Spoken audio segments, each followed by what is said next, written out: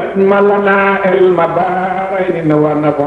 asalaamaaleykum wa rahmatullahi taala wa barakaatu mbokki jullit yi mbokki taalibe yi mbokku umma islamique bi yëpp su ngeen déggee loolu ngeen xam ne diine moo woote diine moo xewleeti ci bis yam daan xewle njabootu alhaaji Abou Bikirin Sakho ca Caaxu Siri ñu leen di yëgal gàmmu guñ daan amal fii ci Birkilane ci at mu ne ren jàpp nañu ko le 4 janvier 2025 la ñu koy daal di amal ci dëkk bii di Birkilane ci ndigalu xalifa alhaaji Basiru Ndaw ibnu alhaaji Omar Ndaw radiyallahu taala anhu ak si njiitalu xalifa alhaaji Alioune Sakho ibnu alhaaji Abou Bikirin Sakho yàlla na fi yàgg lool te wér ak ci taxawaayu alhaaji Abdourahmane Sakho ak Baye Papa Diouf ak njabootam njabootu alhaaji Abou Bikirin Sakho ca Caaxu Siri ñu leen di yëgal gàmmu guñ daan amal ci at mu ne ci dëkk bii di Birkilane ren jàpp nañu ko le 4 janvier 2025 lañ koy daal di amalee ci dëkk bii di Birkilane nee nañu nag bis ba nii lay tëddee Serigne Modou Koumba Sakho jàmbaar ju mag bi woykatu yu waaxit bu mag bi moo koy daal di wéy ki koy firi mooy alhaaji Samsu Sakho ibnu alhaaji Abou Bikirin Sakho yàlla na fi yàgg lool te wér bis ba ñoo ngi ci woo mbokki jullit yi di ci woo umma islamique bi yëpp rawatina muqaddamu Cheikh Sidi El Hadji Omar Ndaw ñoo ngi leen di woo ca bis ba ñoo ngi koy yëgal xalifa alhaaji Olin Hatta ak njabootam ak i rakkam yëpp ñoo ngi leen koy yëgal di ko yëgal njabootu alhaaji Modou Ka ca Mabo